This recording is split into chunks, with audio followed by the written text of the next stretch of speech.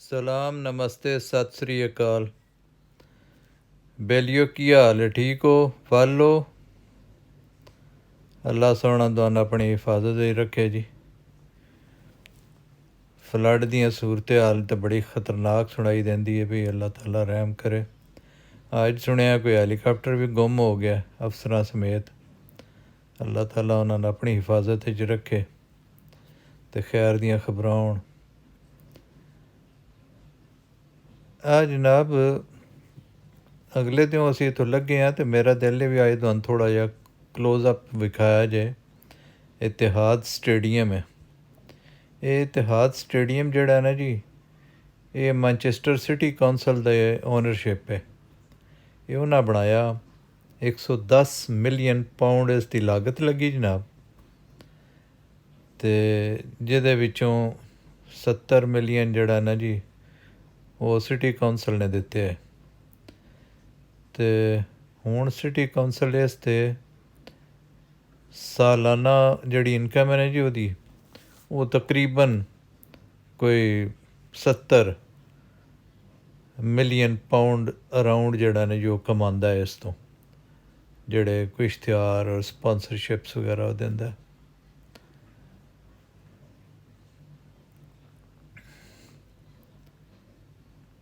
ਜਨਾਬ ਇਹਦੇ ਵਿੱਚ ਅਕੈਡਮੀ ਬਣੀ ਹੈ ਜਿੱਥੇ ਬੱਚੇ ਜਿਹੜੇ ਨੇ, ਬੱਚੇ ਜਵਾਨ, ਉਹਨਾਂ ਵਾਸਤੇ ਇੱਥੇ ਟ੍ਰੇਨਿੰਗ ਅਕੈਡਮੀ ਹੈ। 16 ਇਹਦੇ ਵਿੱਚ ਗਰਾਊਂਡਸ ਬਣੇ ਹਨ ਜਿੱਥੇ ਫੁੱਟਬਾਲ, ਰਗਬੀ, ਲਾਨ ਟੈਨਿਸ, ਮੁਖਤਲਿਫ ਕਿਸਮ ਦੀ, ਔਰ ਇੱਥੇ ਇਵੈਂਟਸ ਵੀ ਹੁੰਦੇ ਨੇ।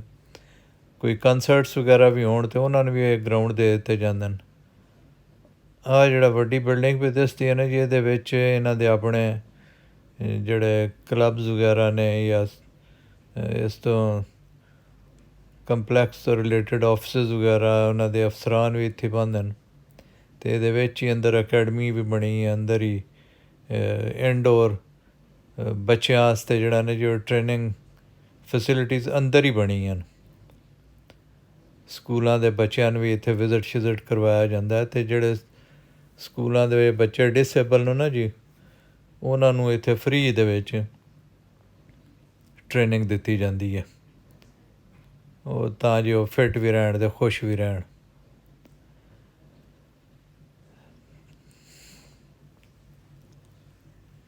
ਅਤੇ ਹੁਣ ਅਸੀਂ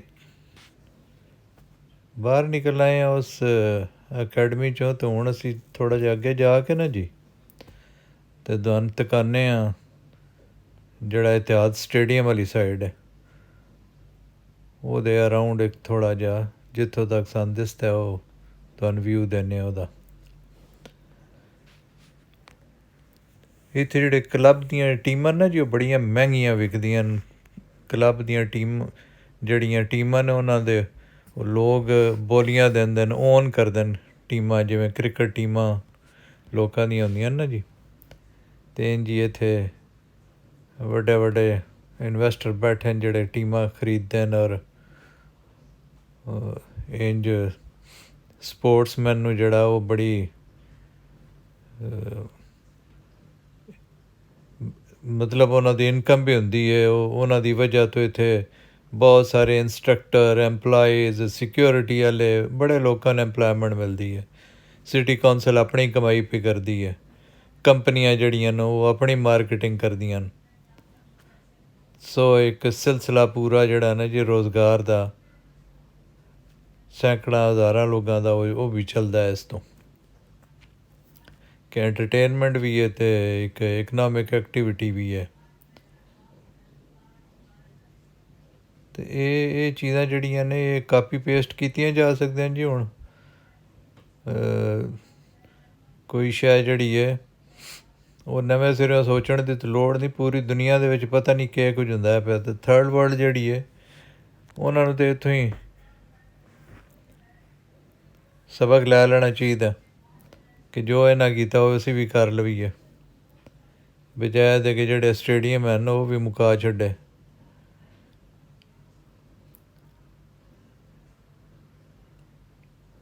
ਇਹਨਾਂ ਚੀਜ਼ਾਂ ਤੋਂ ਮੁਆਸ਼ਰਾ ਜਿਹੜਾ ਉਹ ਸਿਹਤਮੰਦ ਵੀ ਰਹਿੰਦਾ ਅਤੇ ਸਪੋਰਟਸਮੈਨ ਨੂੰ ਰੁਜ਼ਗਾਰ ਵੀ ਮਿਲਦਾ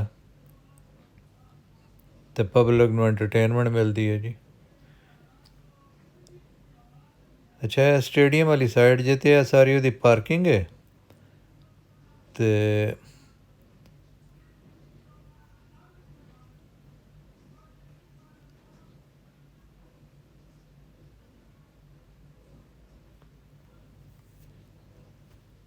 ਸਟੇਡੀਅਮ ਦੇ ਨਾਲ ਜਨਾਬ ਮਜ਼ੀਦ ਕੋਈ ਲੱਗਦਾ ਹੋਰ ਸਟੇਡੀਅਮ ਹੁਣ ਬਣਾਉਂਦੇ ਨੇ ਪਏ।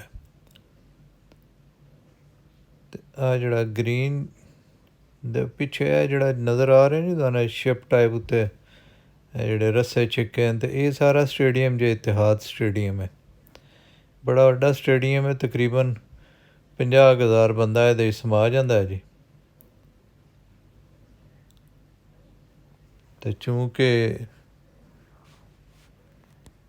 ਡਿਮਾਂਡ ਜਿਹੜੀ ਹੈ ਉਹ बढ़ਦੀ ਜਾਂਦੀ ਹੈ ਅਤੇ ਇਹ ਮੇਰੇ ਖਿਆਲ ਕੋ ਮਜ਼ੀਦ ਉਹਨੂੰ ਐਕਸਟੈਂਡ ਕਰਦੇ ਨੇ ਪਏ। ਅਤੇ ਇੱਥੇ ਜਨਾਬ ਇਹਨਾਂ ਨੇ ਕੋਵਿਡ ਦੇ ਦਿਨਾਂ ਦੇ ਵਿੱਚ ਇੱਕ ਇੱਥੇ ਵੈਕਸੀਨੇਸ਼ਨ ਸੈਂਟਰ ਵੀ ਬੜਾ ਵੱਡਾ ਬਣਾਇਆ ਅਤੇ ਇੱਥੇ ਪਬਲਿਕ ਫਿਰ ਆਉਂਦੀ ਅਤੇ ਉਹਨਾਂ ਨੂੰ ਟੀਕੇ ਸ਼ੀਕੇ ਵੀ ਲੱਗਦੇ ਹੈ। ਇਹ ਪਾਰਕਿੰਗ ਫੈਸਿਲਿਟੀ ਬਣੀ ਹੈ ਵਿੱਚ।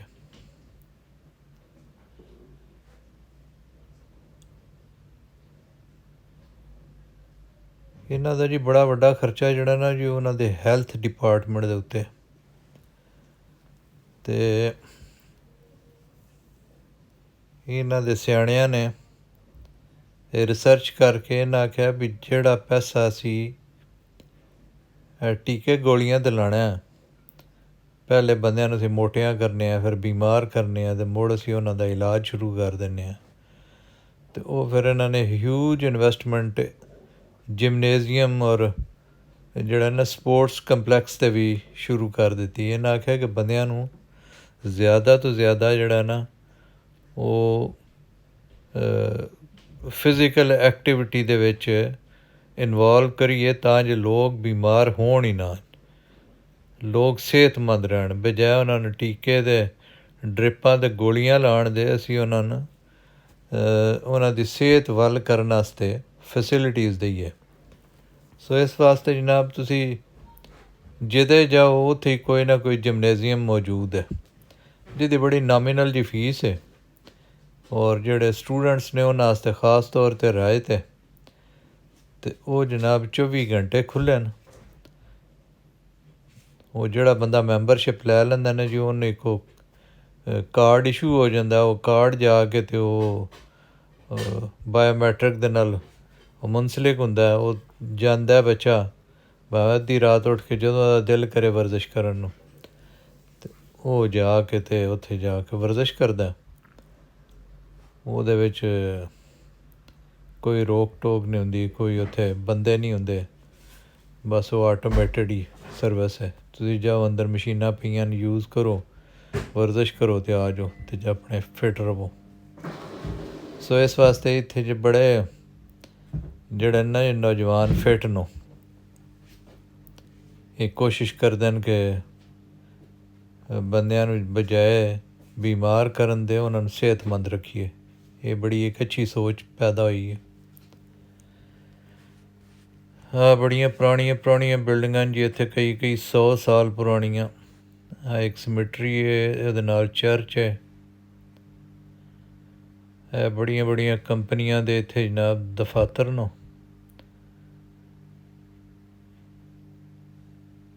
ਉੱਤੋਂ ट्रेन पे लगती है जी, थल्यों ट्रैफिक जा रही है, सड़क है।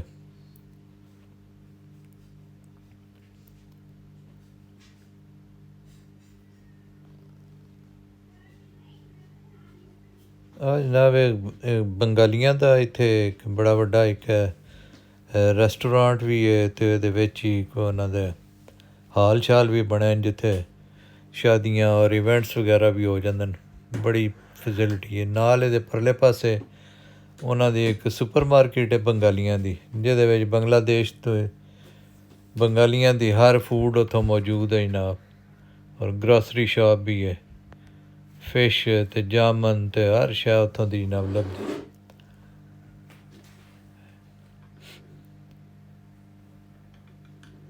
बाकी अगे सारियां बड़ियां बड़ियां कंपनियां जनाब, कोई मार्केटिंग दी, कोई कंस्ट्रक्शन दी, कोई डाटे दी।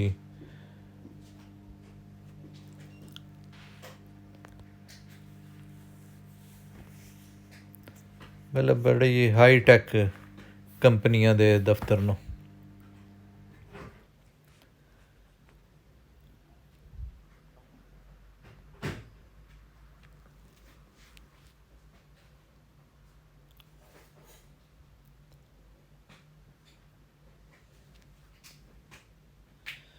ਇਹ ਹੁਣ ਉਹ ਸ਼ਈਆਂ ਬਣਾਉਂਦਾ ਜੀ ਜਿਹੜੀਆਂ ਦਿਸਦੀਆਂ ਨਹੀਂ, ਮਤਲਬ ਕਪੜਾ ਲੱਤਾ ਕਾਰਾਂ ਨਹੀਂ, ਇਹ ਹੁਣ ਟੈਕਨੋਲੋਜੀ ਦੇ ਡਿਜੀਟਲ ਦੇ ਸ਼ਾਈਆਂ 'ਚ ਵੜ ਗਏ, ਜਿਹੜੀਆਂ ਜਿਨ੍ਹਾਂ ਦੀ ਇਨਕਮ ਜਿਹੜੀ ਉਹ ਕਈ 100 ਮੁਰੱਬਿਆਂ ਦੀ ਜਿਹੜੀ ਹੈ ਨਾ ਜੀ,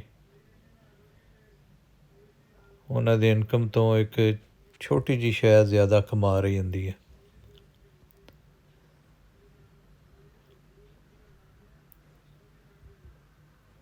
ਸੈਟਲਾਈਟ ਔਰ